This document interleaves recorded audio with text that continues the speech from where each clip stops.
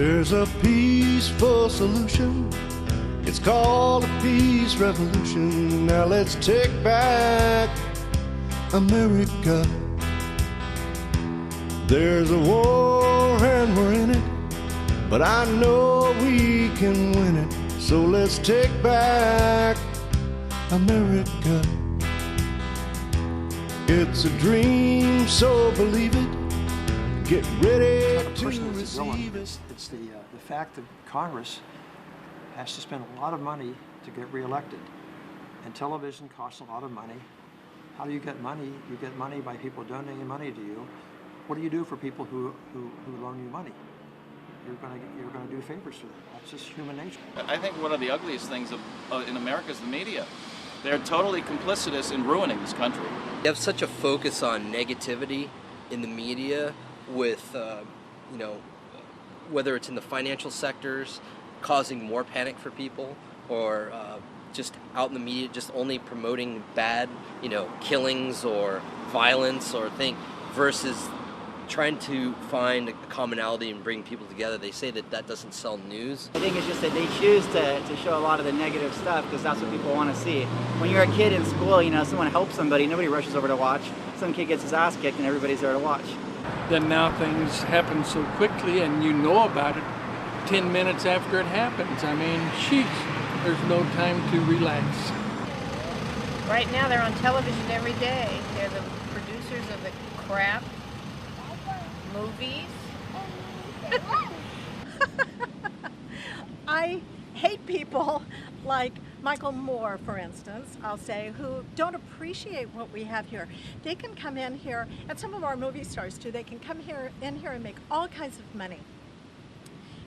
And then they turn around and they're not appreciative for what they have. They couldn't go to another country and do this sort of thing and, be as admired as they are and speak out against the government like they do.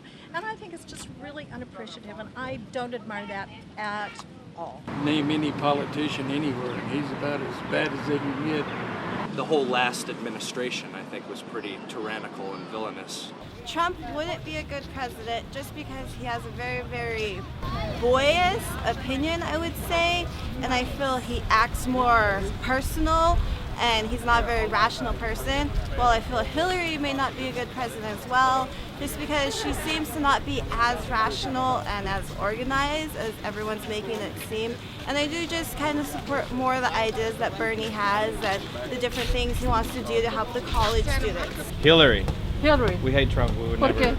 Porque he's racist. He said that all Mexicans are rapists and we're Mexican and we're not rapists, so we hate him. I think Dick Cheney is the real Dr. Evil. I think he is not got a heart. Villains. I'd say you couldn't go more villainous than Dick Cheney. I think he's the worst, and I would follow it up with, Rumsfeld, Condi, Bush, the whole lot of them. Well, I think Karl Rove is a villain. I think Tom DeLay is a villain.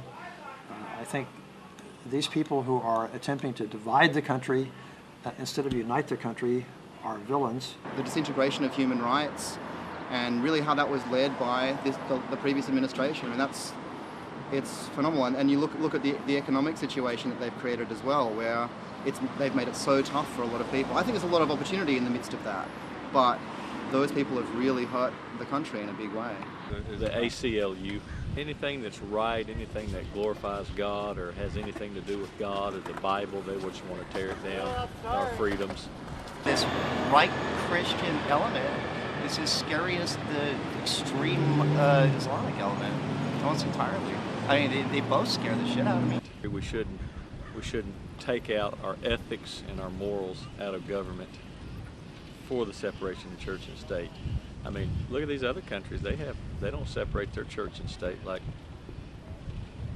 most of their countries are based on their religion, and ours was founded upon Christianity, and we've got sidetracked off that. I don't like it.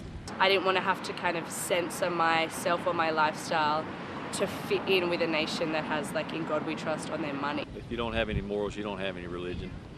Corporations are seen as individuals somehow, so they're given individual rights. No, they shouldn't. So I believe corporations are the biggest villains in our country. A lot of CEOs, you know, from huge corporations, particularly in the timber industry, who as soon as they leave that job, they're running the EPA. They're making rules and laws basically to open up the doors for the corporations that they once worked for and probably will again. On every level, it just seems like it's always big money and big business that ends up screwing up most everything. I believe in the free enterprise system, but at its best, it works well. At its worst, it's corruptible. You know, the wealthy classes and the people in positions of influence allow themselves to be corrupt people. Multinationals who basically run the asylum and continue to do so have so much power that if anybody really tries to interject huge amounts of change, that person will get eliminated. The way our system is set up, it's the same game no matter who gets elected. It's just like Obama went in. He said he was going to do a lot of things, and he's tried, but he found out it's not going to work because the people that are in power now aren't going to let him do what needs to be done. A lot of drug dealers, there's a lot of bad people in America. Drug addicts, drug dealers, and mafia. All those who, you know, feel a need to oppress another. And that comes from every culture. That comes from every color. Lawyers, the lobbyists, the spin doctors. Anybody that's trying to bring each other down in the struggle for something greater, they're the enemy. Certain politicians that, under the guise of representing the community, seek out, I guess, their own interests and are, they let themselves be influenced by like business people, and they really jeopardize their own community. Anybody that's trying to get something for nothing at working people's expense. Everybody like praises Ronald Reagan, and I think that's the biggest joke in the world. He did more damage to America than we even begin to realize. He closed down mental institutions, thus so many of the homeless that are on the streets.